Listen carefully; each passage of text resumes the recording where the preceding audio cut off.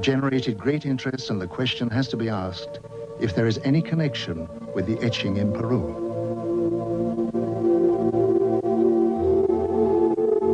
Ich kenne die Hopi-Indianer sehr gut. Sie leben heute in Arizona. Aber ihre alte Geschichte... I know the Hopi Indians very well. Today they live in Arizona. But their old traditions say that many, many thousands of years ago their home was in South America. And that at that time they were descended upon by extraterrestrial visitors called Kachinas. These Kachinas also saved the Hopi Indians when their continent threatened to sink. These heavenly beings, the Kachinas, were the teachers of the Hopi. And even today, the Hopi Indians make figures of the Kachinas for the younger generations, so that no one should forget the visit of their original teachers from outer space. And even today, the Hopi are convinced that one day the Kachinas will come again. In this connection, it's interesting that a short time ago I showed White Bear, one of the oldest members of the Hopi, pictures of the Maya cities Tikal and Palenque. He was beside himself with excitement and said, "We understand that. Our ancestors built that under the guidance of the Kachinas."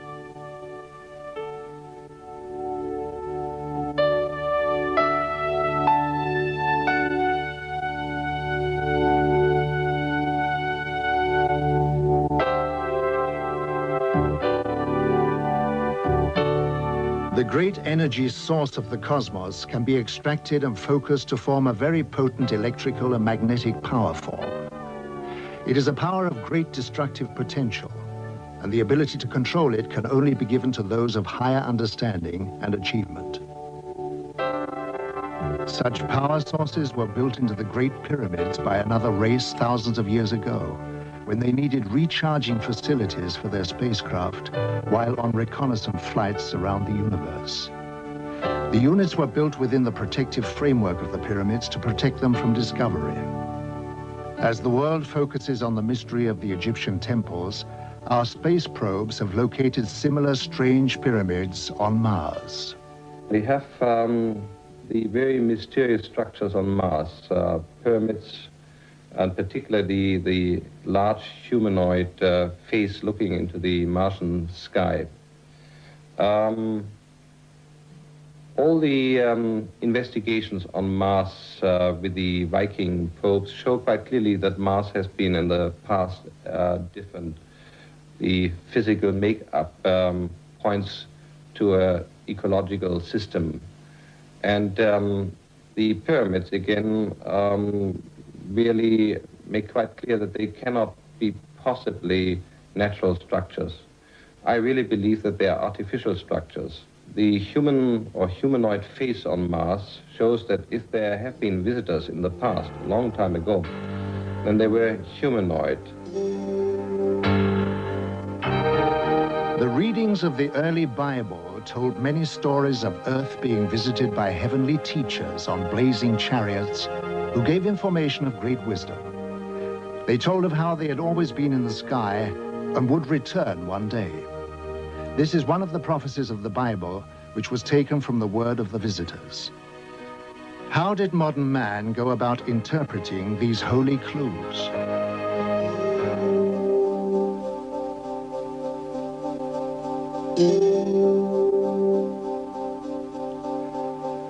So we turned our faces towards the heavens, in the hope of finding a deeper understanding of ourselves, to participate in the quest for universal knowledge, and to hold out our hands in the search for possible cosmic neighbors.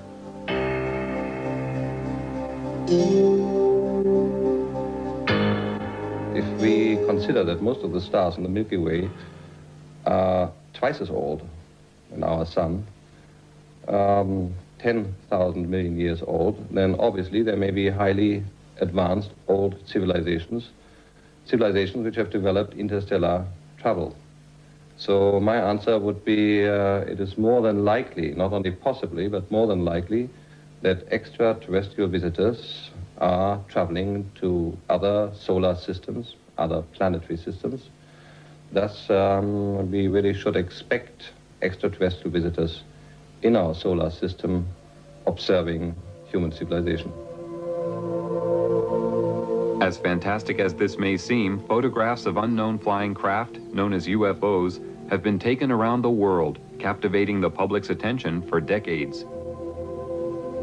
This photograph was taken in 1978 in Brazil. This was photographed in Switzerland in 1975. These two UFOs were also photographed in Switzerland in 1975.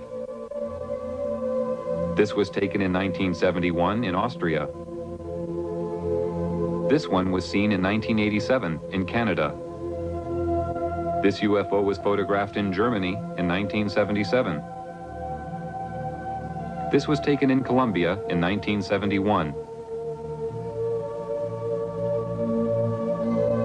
This photograph of a shiny silver object was taken in North Charleston, South Carolina in 1980.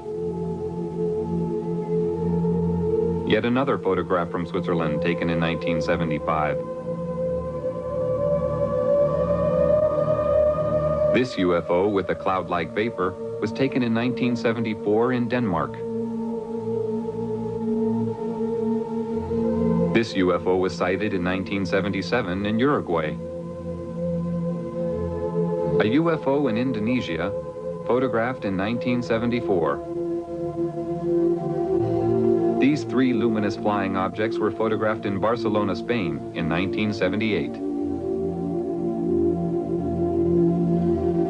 Every year, increasing numbers of UFO photographs are being taken by witnesses from around the world, giving growing evidence of extraterrestrial visitors. In 1946, George Adamski, a professor of philosophy, using his cine camera, took the first moving pictures of alien spacecraft. This film shows the strange flight pattern of these machines. This picture shows three balls beneath the craft serving as condensers for static electricity.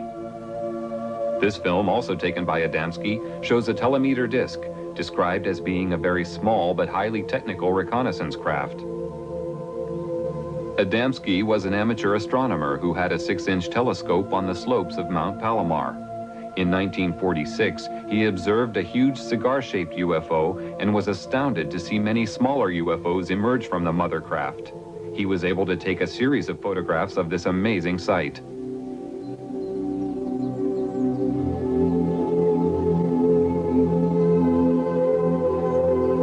After taking many photographs of these alien flying machines, an event took place which would change the course of Adamski's life. On November 20th, 1952, he had his first contact with a human-looking alien visitor. Adamski was walking in a desert canyon in California when he came face-to-face with an extraterrestrial standing beside a landed spacecraft. The alien told Adamski that the meeting was not by accident and that he had come to give a message. He warned of the danger we were creating by exploding nuclear weapons. He said that the human race had no idea of the very powerful and deadly long-term effects we were creating, which could not only destroy ourselves, but also our planet, and that the continued use of such weapons could eventually endanger our cosmic neighbors. Adamski was asked to spread this message. The alien visitor promised that he would return and meet Adamski at a later time. Adamski was later taken for flights into space, where deeper, more meaningful messages were given to help the human race to understand another point of view of our world. Adamski devoted his time to spreading the visitor's message and was later joined by a Danish Air Force Major, Hans Petersen. Well, you see, after the contact in the desert, George had an inner feeling that this was not the end of it. On one of his flights, more flights, but one particular he was taking on board a mothership, which is a very, very large ship who is taking all the other vehicles into our atmosphere. And in there, he met a lot of people, and he met an old man, so to speak, a wise man, who told him a lot of why they were here and what we did wrong here on Earth. And after these experiences, George wrote a book inside the spaceships. In this book, Adamski described in detail the very advanced technology used in the spaceships, including technical information on the magnetic and gravitational propulsion systems, which work on a power found throughout the universe. He also described a magnetic pole running through the center of the ship that was also a very powerful periscope, which could observe both above and below the craft with great magnification. Adamski's alien friends gave him a pendant to wear around his neck and was told it would increase his telepathic abilities and enable him to maintain contact with them. Another witness who was truly shattered by his experience when he saw and photographed a UFO was Dr. Daniel Fry. Dr. Fry was a rocket engineer and the head of a scientific team employed by the American government at the White Sands Missile Proving Grounds in New Mexico when he took these films and photographs. On July 4th, 1949, Dr. Fry was contacted by alien visitors for the first time. They informed him that mankind lives in danger of total self-destruction through means it had created itself, and that Earth technology was advancing faster than man's ability to control himself. He was told that peace was the automatic byproduct of understanding between man, and race and race. Also that the understanding of fellow human beings was the key to building a united world.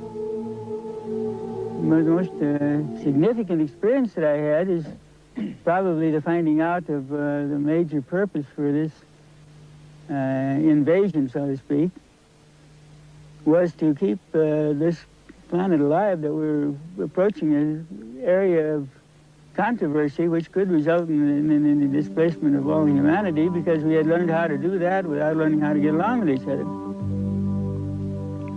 When those among you responsible for your scientific achievements realize the significance of the destructive forces you are creating, only then will you understand that you are destroying your living planet, which is responsible for your very existence.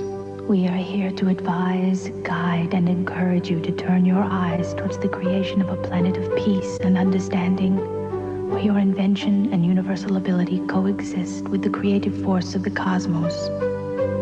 We are your brothers of the Galactic Federation, who wish only to have you by our side. We cannot join you until your thoughts turn from self-destruction to the eternal law of universal knowledge and understanding. We rushed outside, and there came a spaceship sailing, passing us, making a curve, going down south and coming in from the south, passing over our heads and disappearing to the north. And 1 hour later, it came back and passed in low altitude, and it passed the moon, which has come up meanwhile, so you could see it was an Adamski-type saucer. I've been so close to them. I have had the telemeter dish, the small flying saucers which are making reconnaissance within 75 meters, 2 of them. I have one being disintegrated on my terrace. I have seen flying saucers, the George Adamski type, within 200 meters in front of my car. I have seen 2 flying saucers land, both cases with my wife, so I had a witness. The founder of the German UFO Society, Carl Veit, is also a publisher of UFO books. For decades, he has published books written by contactees. Many years ago, he had the foresight to realize the value of the information. There were 12 of us sitting in the garden, and the pictures were shown by this television man. And I explained them again as well as I could. And in the middle of my explanation, the baby daughter, she was the youngest member of this family, called out, "Daddy, what is that?" and pointed up. We were all looking at the screen, and then we also looked. And there, vertically above us, or nearly vertically, there was a wonderful large UFO, rather low. Of course, we were all amazed. We gazed up, we waved, and in a way gave thanks that they had come during the UFO lecture and wished to greet us, or to say, "Yes, we are here, the ones you're talking about." enttäuscht.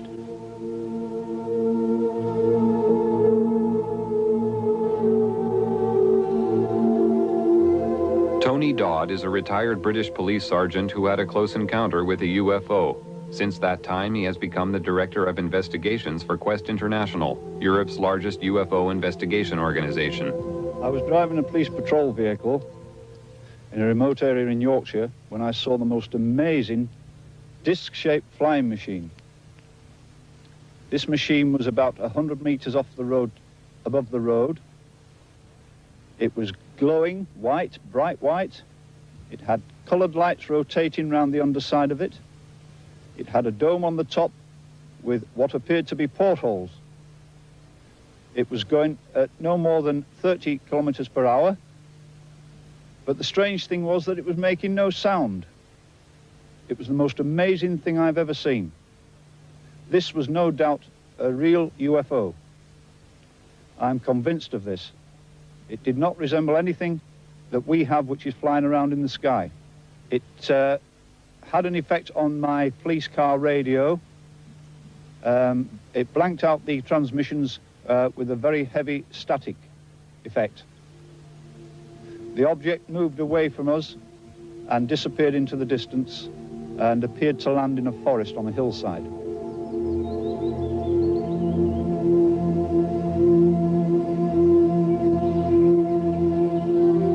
George once told me that they work in all countries, all over the world. And they live among us, they have jobs. One day, George met a couple in New York on Fifth Avenue. He was looking in a shop in the window, and a couple passed him with a little boy between them. And he got this strange feeling that they were space people. And he put a thought towards them. Are you space people? Then come back. They turned around and came back and said, your thought is correct. Adamski was given insight into the purpose of his life by his extraterrestrial friends. And in this sense, all these people who have come into contact with extraterrestrial beings are confronted with these wonderful facts, and they have also had an insight into their lives. Why they are here.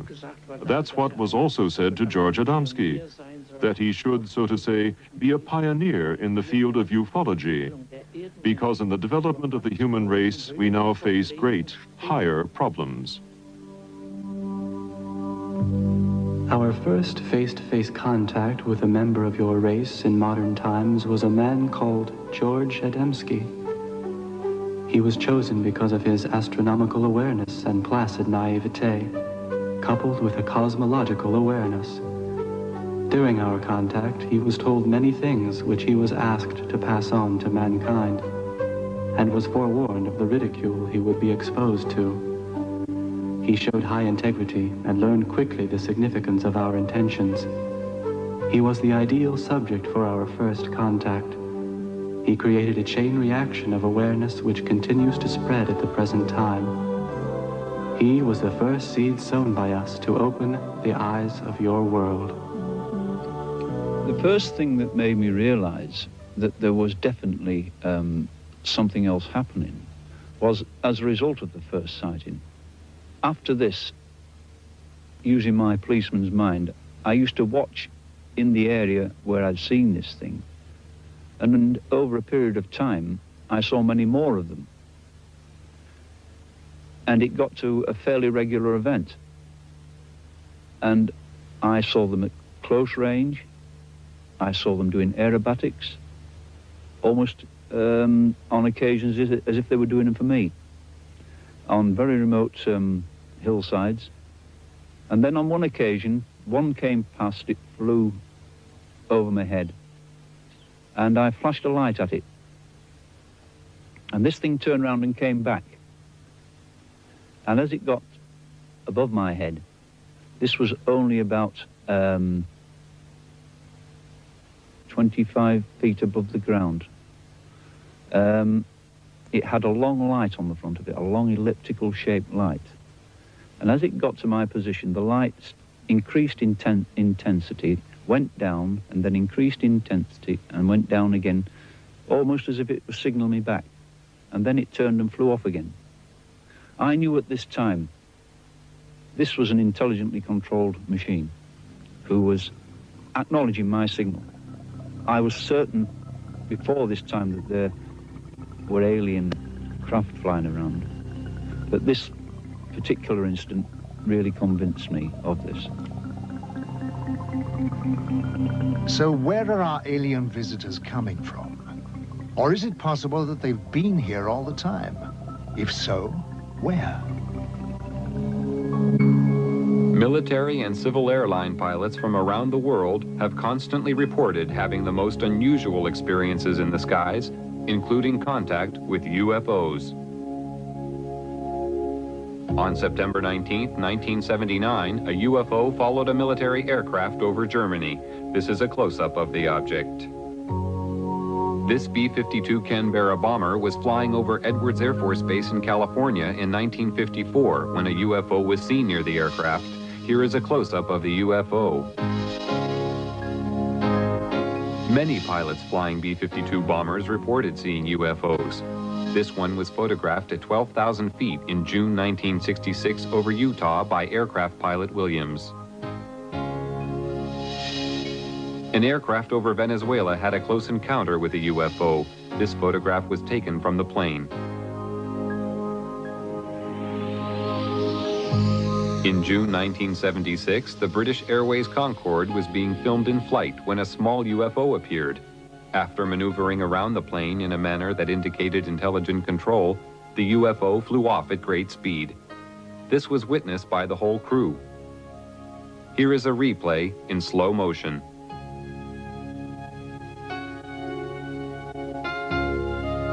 Of the hundreds of UFO sightings made by aircraft pilots every year, the most amazing one was filmed from a commercial airliner by passenger Gene Oldfield as the aircraft cruised at 9,000 feet over Stafford, England on April 2, 1966.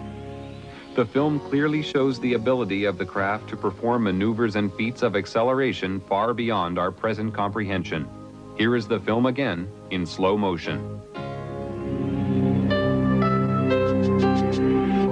This was one of the early films taken of a UFO. The dramatic movement of the object showed rapid, almost instantaneous changes of speed and direction, which sparked intense curiosity and confusion among the public and scientific community. No earthly aircraft of the time could perform like this. While filming from a helicopter for the U.S. Navy on April 15, 1966, Lee Hansen, a professional photographer, shot these pictures of a flying object at Catalina Island, California. The craft, which had no wings or tail fins, was 30 feet in diameter and moving at approximately 150 miles per hour. No signs of a propulsion system were visible. This film, shot by James Waters in Colorado on July 23, 1963, shows a UFO moving across the sky at tremendous speed, followed by a second one. This is the same film at 1/12th speed. An analysis showed that no earthly aircraft could possibly fly so fast.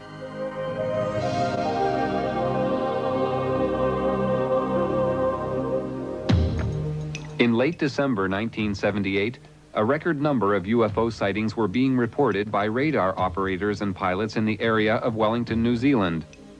Just before midnight on December 30th, 1978, Quentin Fogarty, a reporter, and a television team took off in an Argosy aircraft to fly to Christchurch. Shortly after takeoff, Fogarty was informed by ground radar that they were being followed by several UFOs. During the 50-minute flight, UFOs were seen and filmed by the crew. The UFOs were described as having a luminous base and a transparent top. The objects were performing incredible aerobatics. This movement was captured on a single frame of film.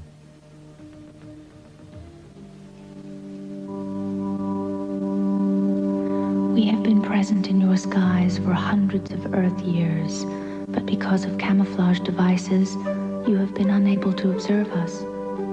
Your cosmic evolution has now developed and the time has arrived for you to ascertain the existence of other life in your universe, resulting in us making our presence known to you. Our choice of contacts has been governed by their spiritual ability to comprehend our manifestations without anxiety or aggression. The movements of our vehicles in the air, which you find so strange, is due to the fact that we have overcome the force which you call inertia and can fly in any direction instantly without experiencing any form of pressure change. Our propulsion systems work on the principle of electromagnetism, where gravity is of no significance. The three spheres sometimes seen below our craft are our drive systems, but can be detached individually to function as surveillance probes. The magnetic pole within the axis of our craft has many functions. It contains periscopic lenses for high magnitude observation and assists in the absorption of static power for recharging purposes.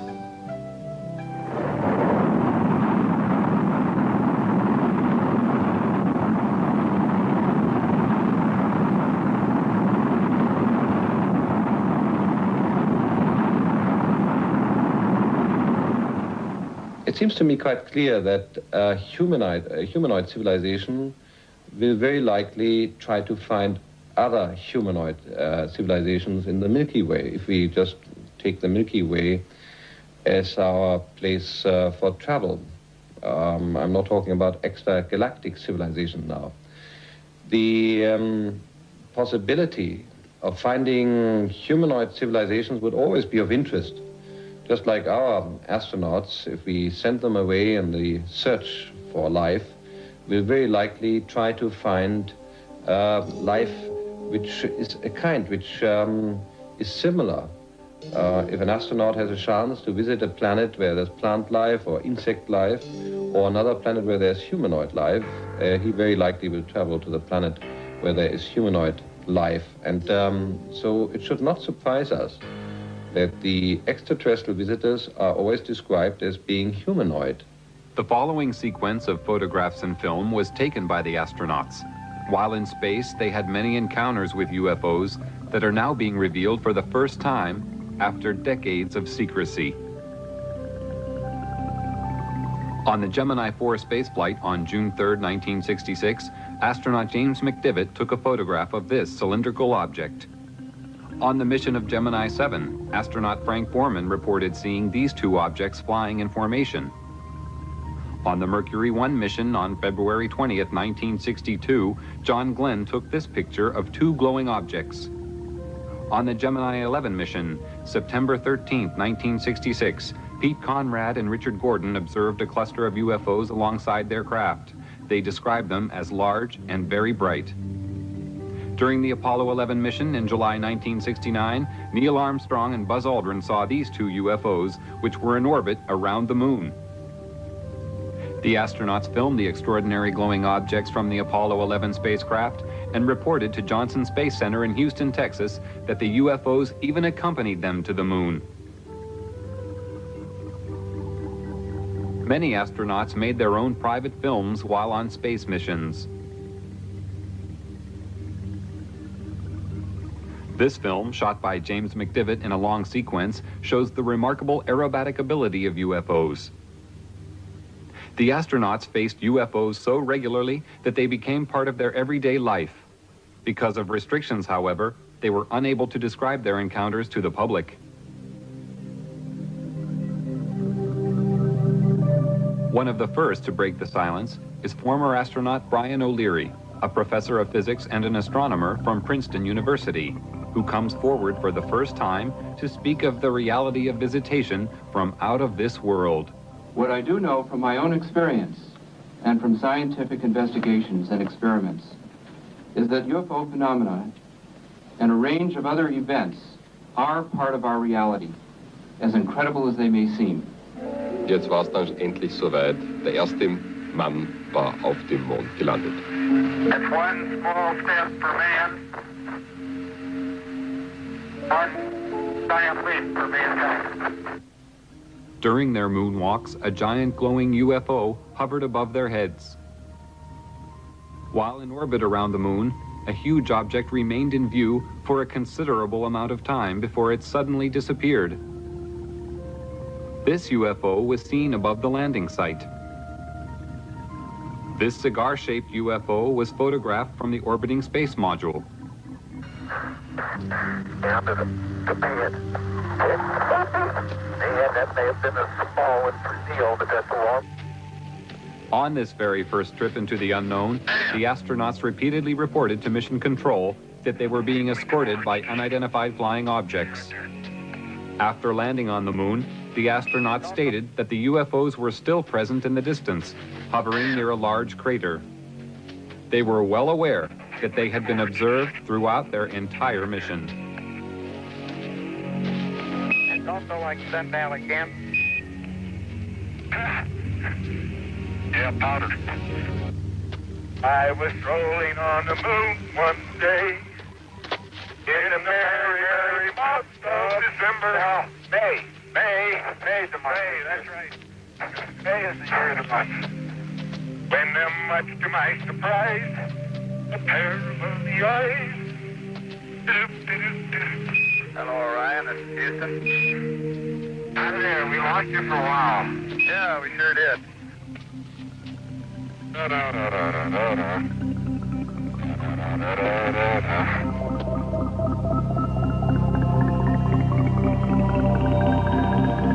The momentous leap to the moon led to the dawning of the space age. Space travel opened up endless opportunities for mankind to explore new frontiers. NASA's plans are already well underway for colonies to be developed on other planets, beginning with Mars. Enter the Earth's atmosphere, but on one rare occasion, this remarkable film was shot of such a ship flying at low level over Germany in 1980. The object was seen by other witnesses in a nearby village who reported seeing 3 smaller craft emerging from the larger one. They stated that the craft was at least 100 feet long. This film of a cigar-shaped mothership was taken in Rhode Island, America on June 3, 1967. The leaf effect motion of the ship is common with most sightings. Craft of this size and shape have been reported all over the world. This aerial photo was taken by Inaki Ozis while flying at 8,000 feet in February 1968. Probably the same cigar-shaped mothership was photographed in Texas 10 days later. Over the following few days, an object fitting a similar description was reported by various witnesses.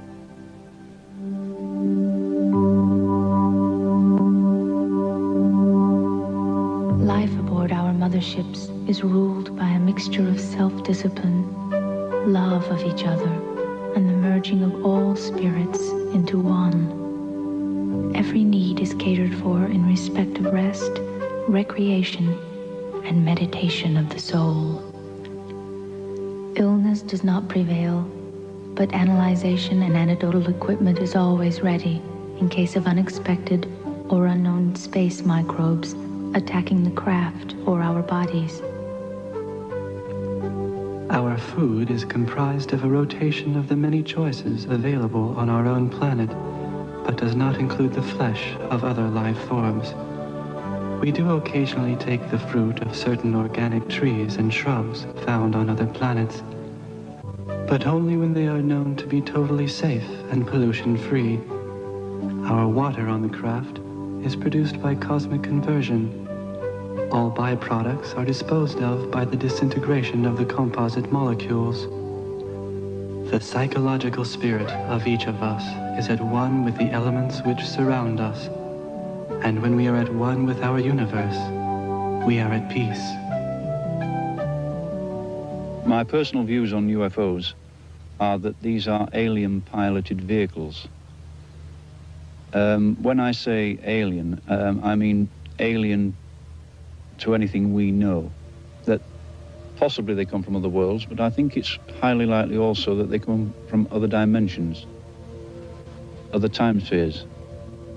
And that there isn't one type of alien coming here. There are probably many of them, all from different areas. When people report these things, we get such a variety of things reported. So many shapes, so many forms. And this appears to cause the confusion. because there is such a variety of these things.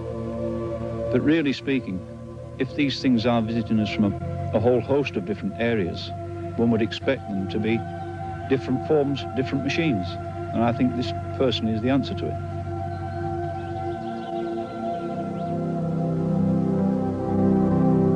Meanwhile, we scan the skies with optical and radio telescopes of great power, which penetrate the universe for 15 billion light years, watching, listening for signs of intelligent life. Large numbers of people on Earth wait and watch in the hope that one day they may be contacted or visited by visitors from space. In Russia, a large crowd of people who had gathered to watch a famous singer being filmed saw more than they had bargained for when a UFO suddenly appeared above their heads. The camera crew quickly focused their camera on the object and recorded an aerial display that lasted several minutes.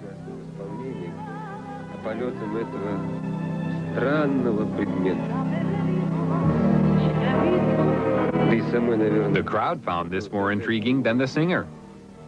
Even she eventually stopped singing to watch the UFO.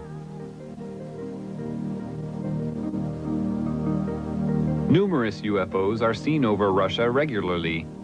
These balls of light are identical to those reported in Belgium and the rest of Europe in 1990, which attracted extensive attention on top military and civilian levels.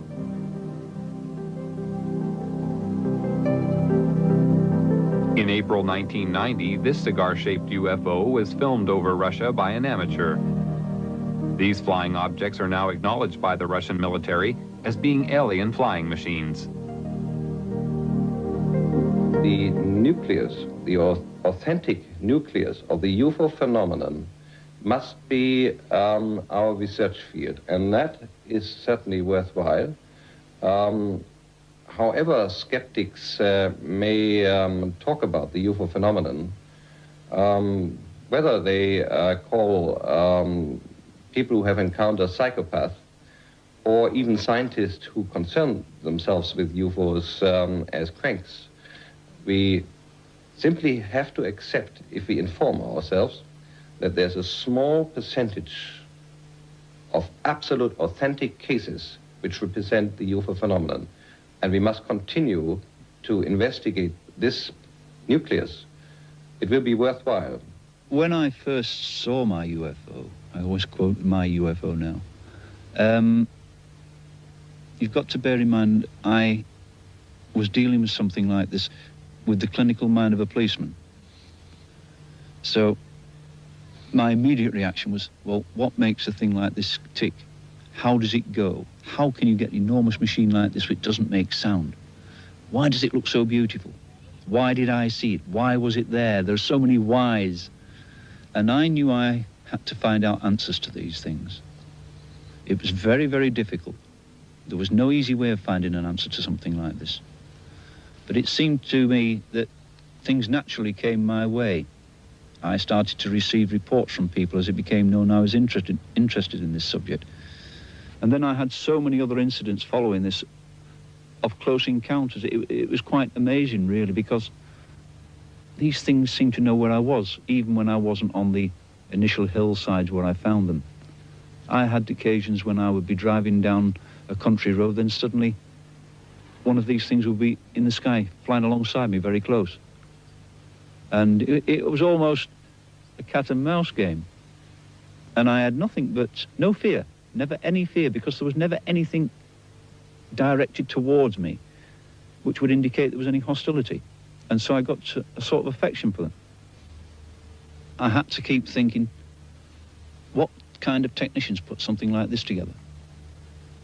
Because it was such an amazing thing. But I knew that this thing was not from here.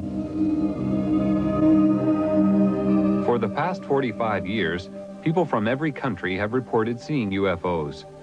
The descriptions of these objects have been all too similar, despite the fact that the witnesses live thousands of miles apart. Witnesses include astronauts, pilots, scientists, and police.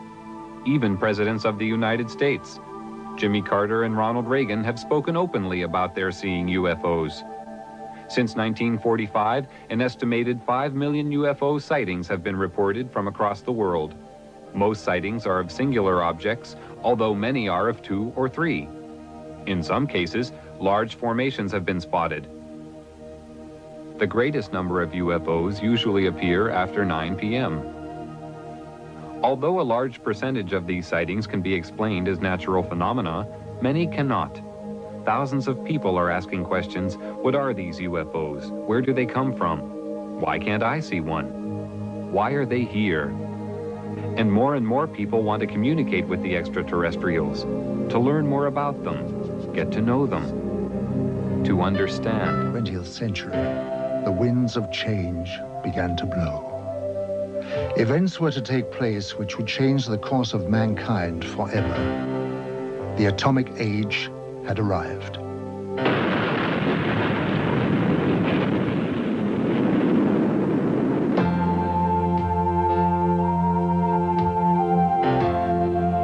As man detonated weapons of immense power, lights started to appear in the sky in a way that suggested that something was following the course of events.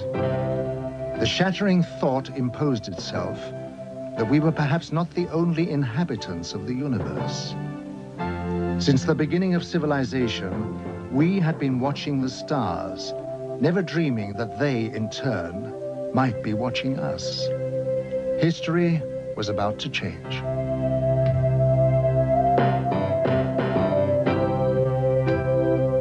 Because these lights appeared suddenly in the sky over Washington on July 20th, 1952, moving from the White House to the Capitol, hundreds of people witnessed the extraordinary event, and it left them stunned. The lights instantly jumped from one position to another. They were also observed by high military officials who knew what the lights were trying to say. The public had never seen anything like this, whereas the military had already a long history of involvement with these alien visitors, but had kept it from the public. An immediate emergency meeting was called to formulate a plan to divert public attention away from the occurrences. From that day on, it was decided to place the subject under the highest classification of security. Then came the first announcement to mislead the public made by Chief of Air Intelligence, Major General John Sanford. We can say that the recent sightings are in no way connected with any secret development by any agency of the United States. From that day on, the biggest secret of the century began. How did it all start?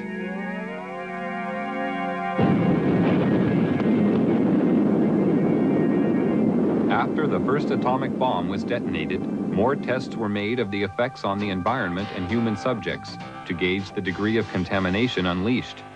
No knowledge of the devastating long-term effects existed at this time.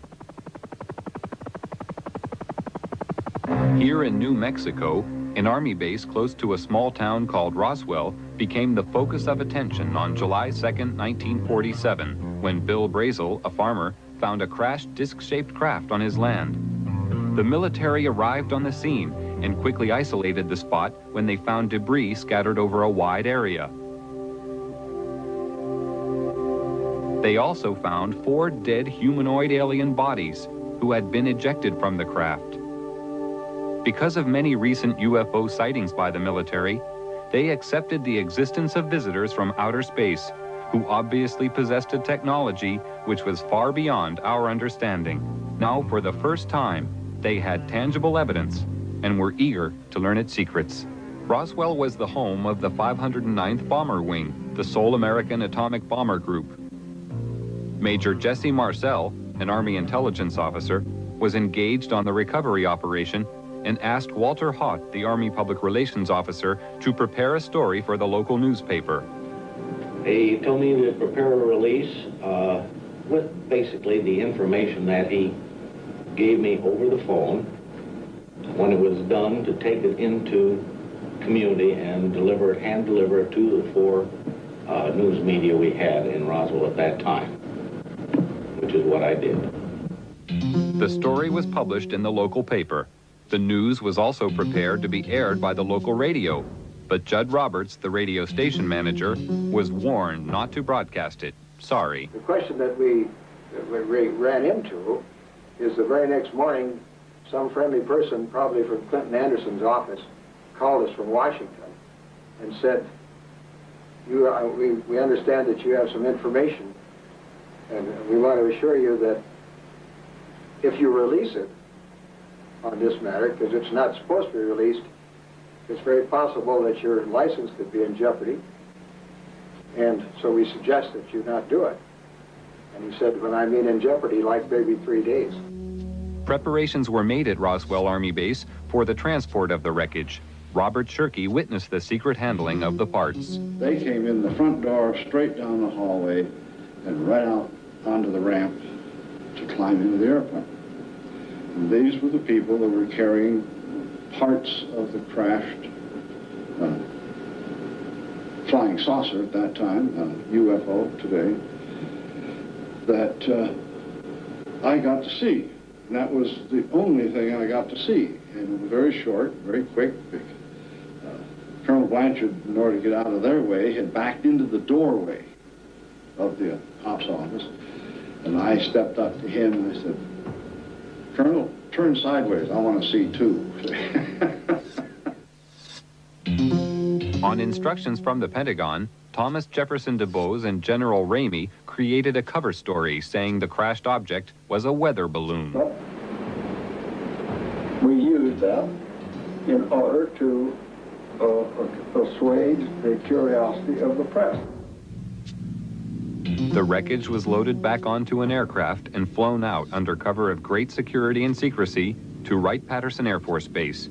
The pilot kept silent for several years, but informed his wife after the story appeared in a newspaper. I guess now that they're putting in the paper, I can tell you about this. I wanted to tell you for years.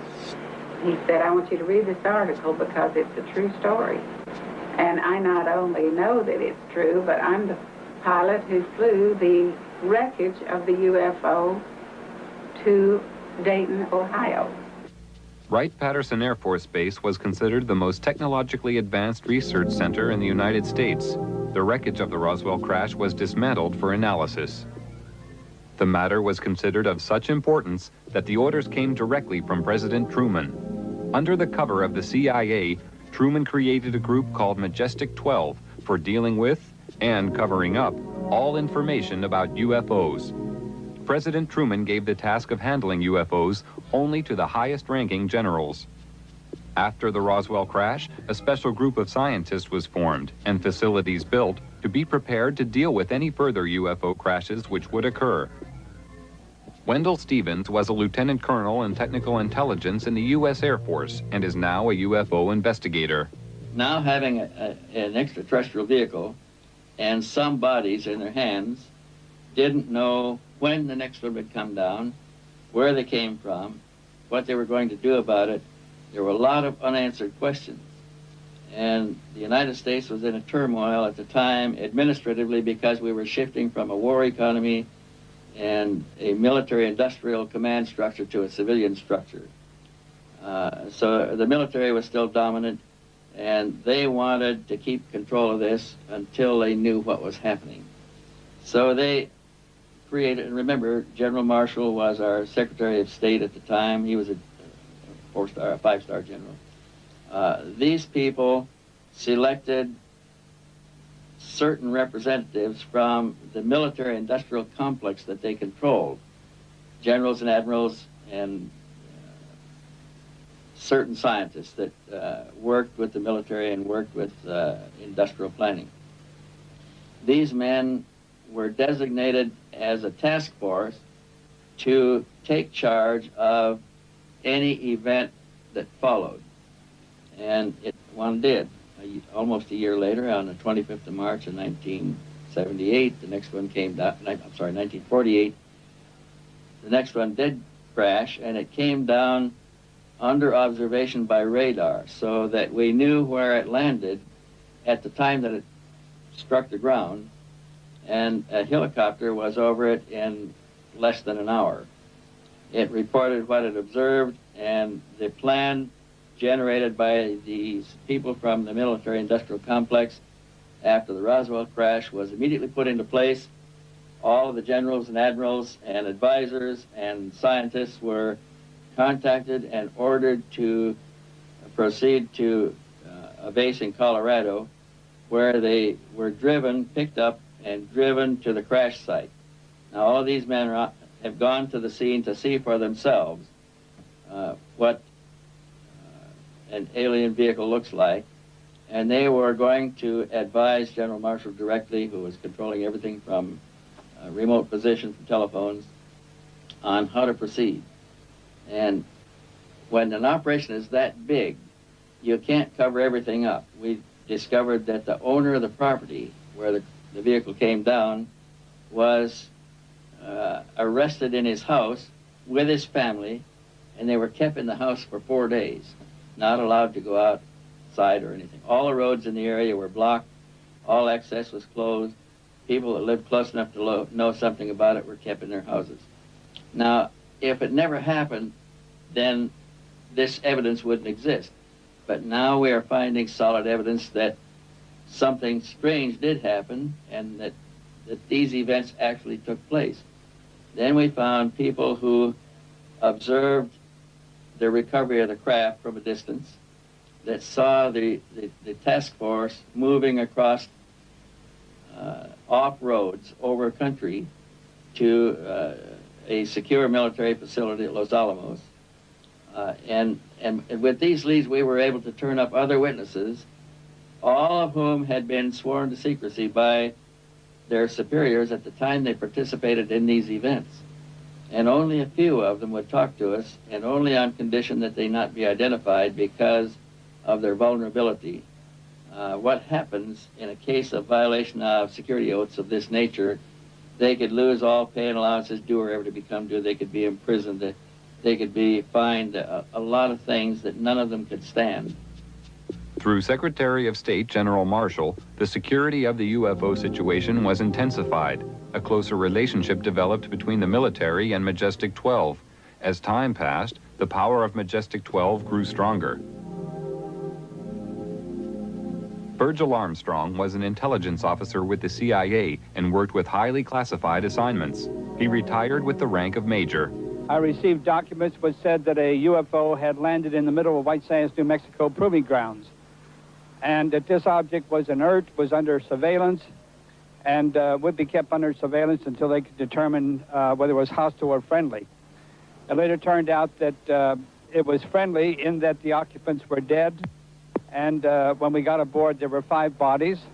The bodies were diminutive in size, in other words, 3.5 feet. The largest one was just under 4 feet. 2 of them were obviously the commanding officers because 2 of them wore epaulets on their shoulders. Later turns out that they were all male. When we flew them back to Wright-Patterson, of course, the examination, physical examination, and the autopsy, of course, revealed that they were indeed all male. From descriptions given by several witnesses, the aliens have very large eyes, a small nose, and a small mouth. They are usually about 3 feet 6 inches in height and have no body hair.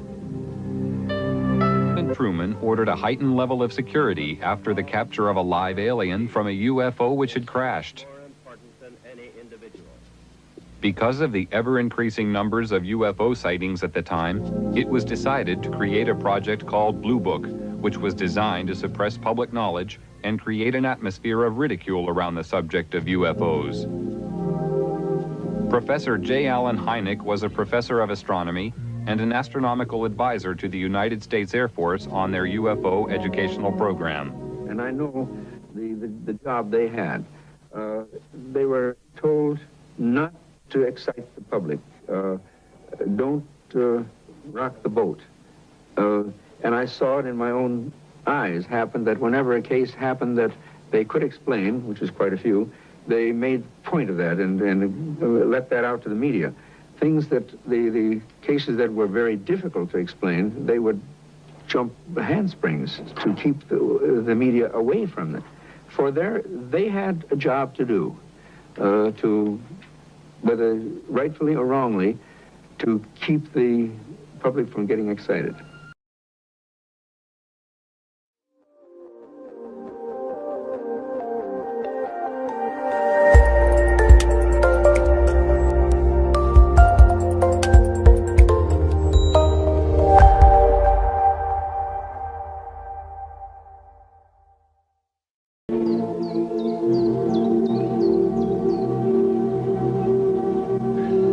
ancient Indians of Peru were a highly advanced civilization who lived thousands of years ago in the jungle of South America. Their traditions speak of visiting spaceman.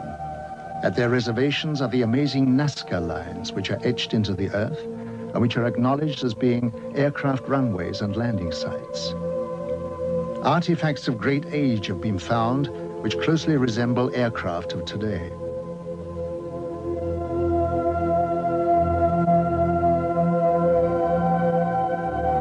The sensational crop formations of England have generated great interest, and the question has to be asked if there is any connection with the etching in Peru.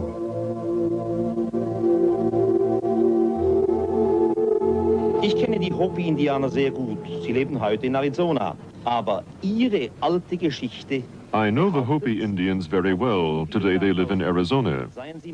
But their old traditions say that many, many thousands of years ago their home was in South America.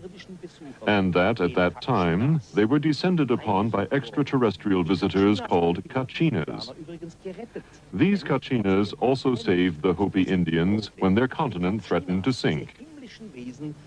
These heavenly beings, the Kachinas, were the teachers of the Hopi. And even today, the Hopi Indians make figures of the Kachinas for the younger generations, so that no one should forget the visit of their original teachers from outer space. And even today, the Hopi are convinced that one day the Kachinas will come again. In this connection, it's interesting that a short time ago I showed White Bear, one of the oldest members of the Hopi, pictures of the Maya cities Tikal and Palenque. He was beside himself with excitement and said, "We understand that. Our ancestors built that under the guidance of the Kachinas."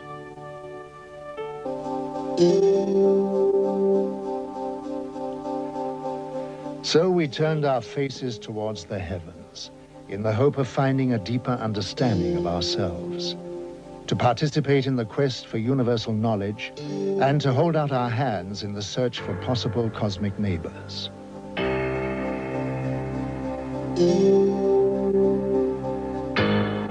If we consider that most of the stars in the Milky Way are twice as old than our sun, 10,000 million years old, then obviously there may be highly advanced old civilizations which have developed interstellar travel. So my answer would be it is more than likely, not only possibly, but more than likely, that extraterrestrial visitors are traveling to other solar systems, other planetary systems. Thus, we really should expect extraterrestrial visitors in our solar system observing human civilization. As fantastic as this may seem, photographs of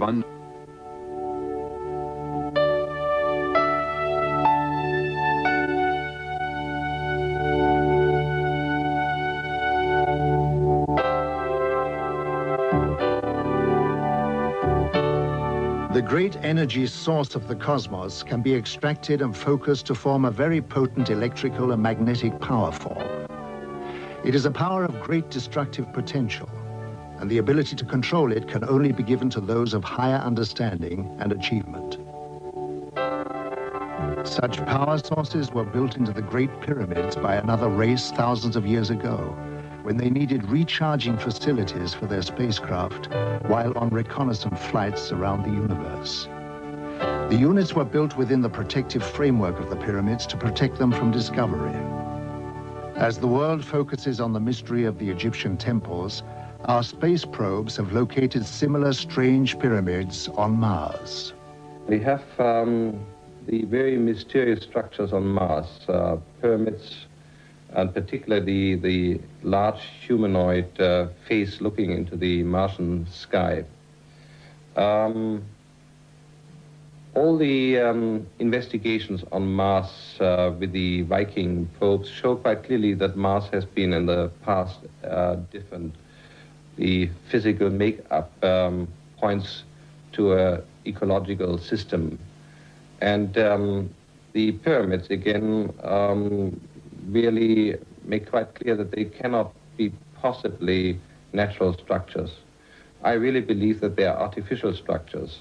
The human or humanoid face on Mars shows that if there have been visitors in the past, a long time ago, then they were humanoid.